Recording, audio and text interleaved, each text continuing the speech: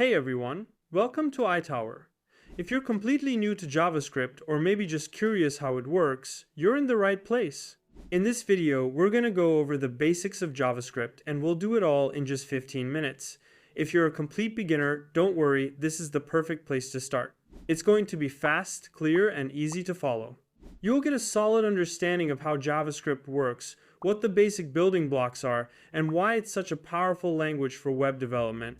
This is the stuff you'll use in real-world projects, job interviews, or when building your first app or website. Before we jump into the magic, please take a moment to like this video and subscribe. Your support really helps the channel grow and keeps me motivated to make tech content just like this. First of all, JavaScript is a single-threaded, asynchronous programming language.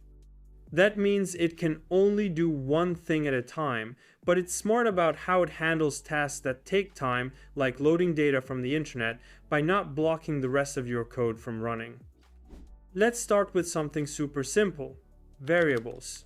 In JavaScript, we store values using the words let, const, or var, but these days we mostly use let and const. Here we're creating two variables. The first one is created using the const keyword, which stands for constant. A constant is a value that you don't want to change after you've set it.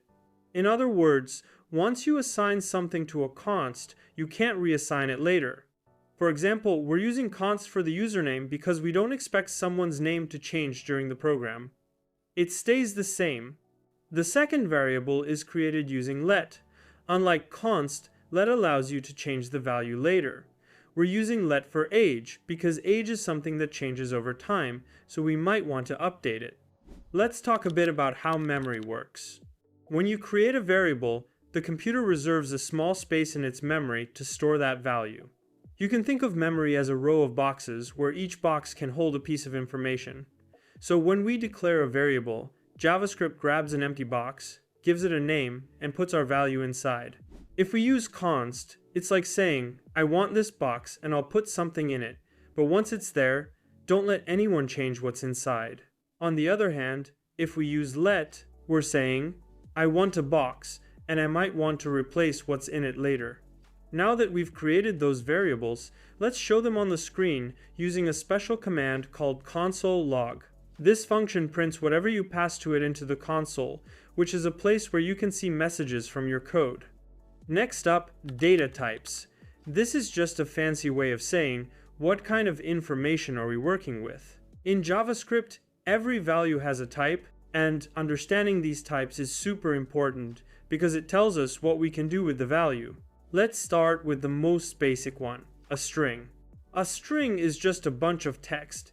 It can be a single word, a sentence, a name, anything made up of letters, numbers, spaces, symbols, but wrapped in quotes. So here we're saying the value of username is Alice, and it's a string because it's in quotation marks. If you try to do math with it, JavaScript won't treat it like a number. It'll treat it like plain text. Now on to numbers.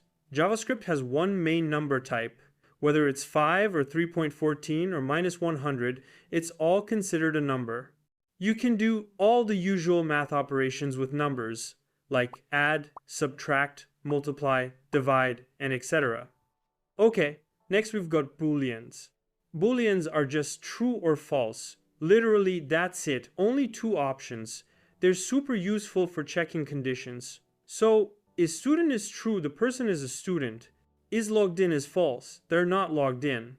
This helps us control the logic of our programs, like whether to show a login screen or a welcome message. Now here's something a bit more fun, arrays. An array is like a list. It can hold multiple values, and those values can be anything: strings, numbers, booleans, even other arrays. Check this out. Here we've got a list of hobbies. Each item is separated by a comma, and the whole thing is inside square brackets. If we want the first hobby, we can say something like this. That gives us reading because arrays start counting at 0, and we'll explore this in more detail a bit later. Next, the most powerful type, objects. Objects let us group related information together. Think of it like a profile for a person. So here we've got an object named person. It has three pieces of information: a name, an age, and whether this person is a student. Each piece is called a property. and we can access it like this. That prints Alice, super useful when you want to represent something more complex. And that's not all. There are other types too, like null, which basically means nothing here, and undefined, which means this hasn't been given a value yet.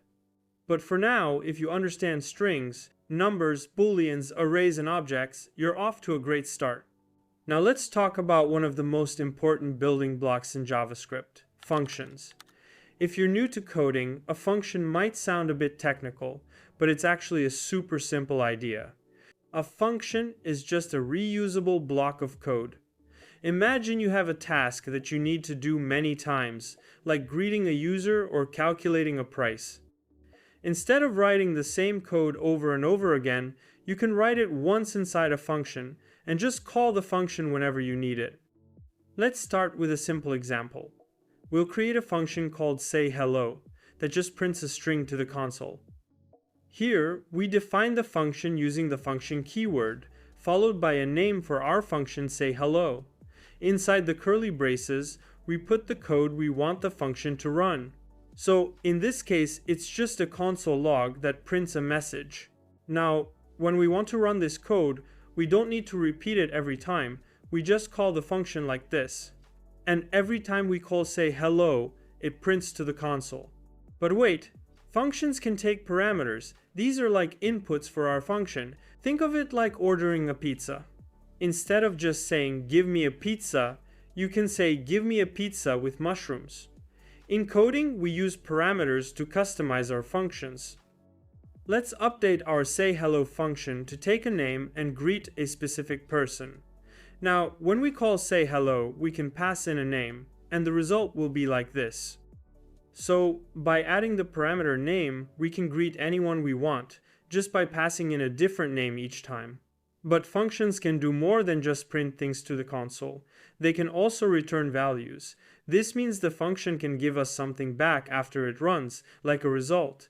Think of it like a calculator. You input numbers, and the calculator gives you the answer. Here's an example where the function adds two numbers and returns the result. Now, we can call the function with two numbers and store the result in a variable. When we call the addNumbers function with the values 5 and 3, it adds them together and gives us the sum, which we can then use elsewhere in the program. To sum it up, a function is a block of code that we can run multiple times. It can take inputs, called parameters, and it can return a result, known as the return value. Once you get the hang of functions, you'll start seeing them everywhere, from simple scripts to massive applications. They're really at the heart of JavaScript, and they make your code clean, reusable, and easier to understand. Next, JavaScript is all about making decisions. Imagine you want to check if someone is an adult or not. You can use something called an if statement to do that. For example, we check if a person's age is greater than 18. If it is, we print a message saying they are an adult. If not, we print something else saying they are a minor. Here we check the condition where the age is greater than 18. If it is true, the first message, you are an adult, is printed. If it is false, so the second message is printed. This is how if statements help us make decisions. We check something, and then, based on whether it is true or false, we choose one action or another. Next, let's talk about loops. These are super helpful when you need to do something repeatedly, like going through a list of hobbies and printing each one. Instead of writing out the same code for each item, you can use a loop. Here's an example. We start by saying we want to begin with the first item in the list, which is at position 0. This might sound strange at first, because we usually think of the first item as being at position 1. But in programming, the first item in a list is always at position 0. This is because most programming languages, including JavaScript, use something called zero-based indexing. What this means is that the first item in a list gets the index 0, the second item gets index 1, and so on. After we start at 0, we keep going through the list until we reach the end, and we know when to stop by checking the length of the list. The length tells us how many items are in the list. For example, if there are 5 items in the list, the index of the last item will be 4, because we start counting from 0. Each time we go to the next item in the list, we print it. This process helps us print all the items in the list without needing to write out the same code over and over again. The loop automatically takes care of moving through the list and printing each item one by one.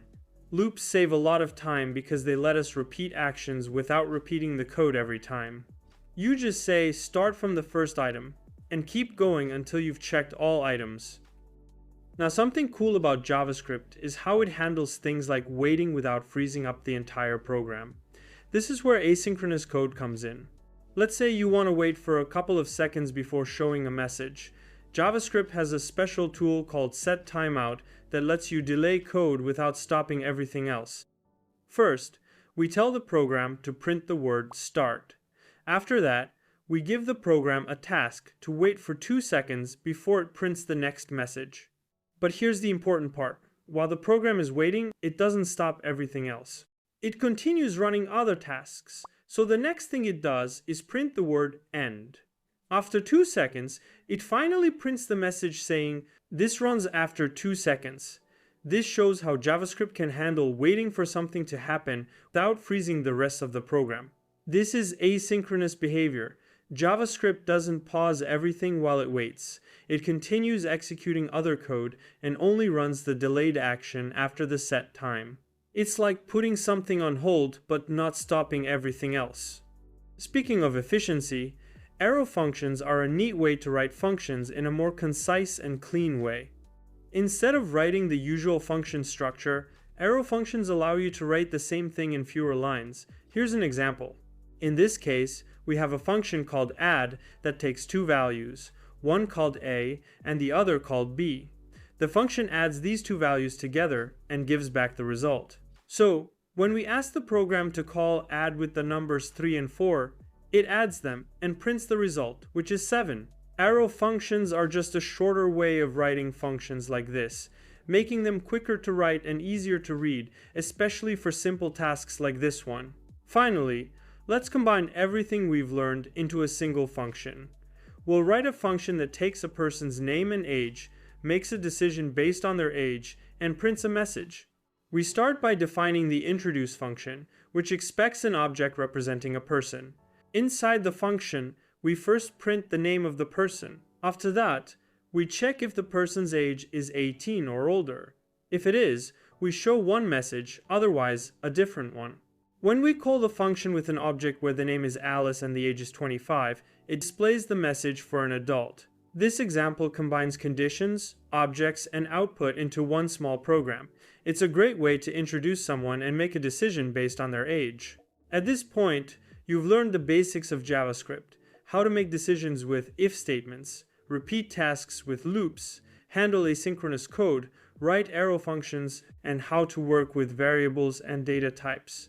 We've also covered how to combine all these concepts into a simple program. This is just the foundation, and there's so much more to explore in JavaScript. New concepts, advanced techniques, and exciting possibilities await you. Keep building on what you've learned today, and continue your learning journey. With these tools, you're on the right path to becoming proficient in JavaScript. If you found this helpful, don't forget to like the video, subscribe, and leave a comment if you have any questions or want more beginner-friendly content. Thanks for watching, and I'll see you in the next one.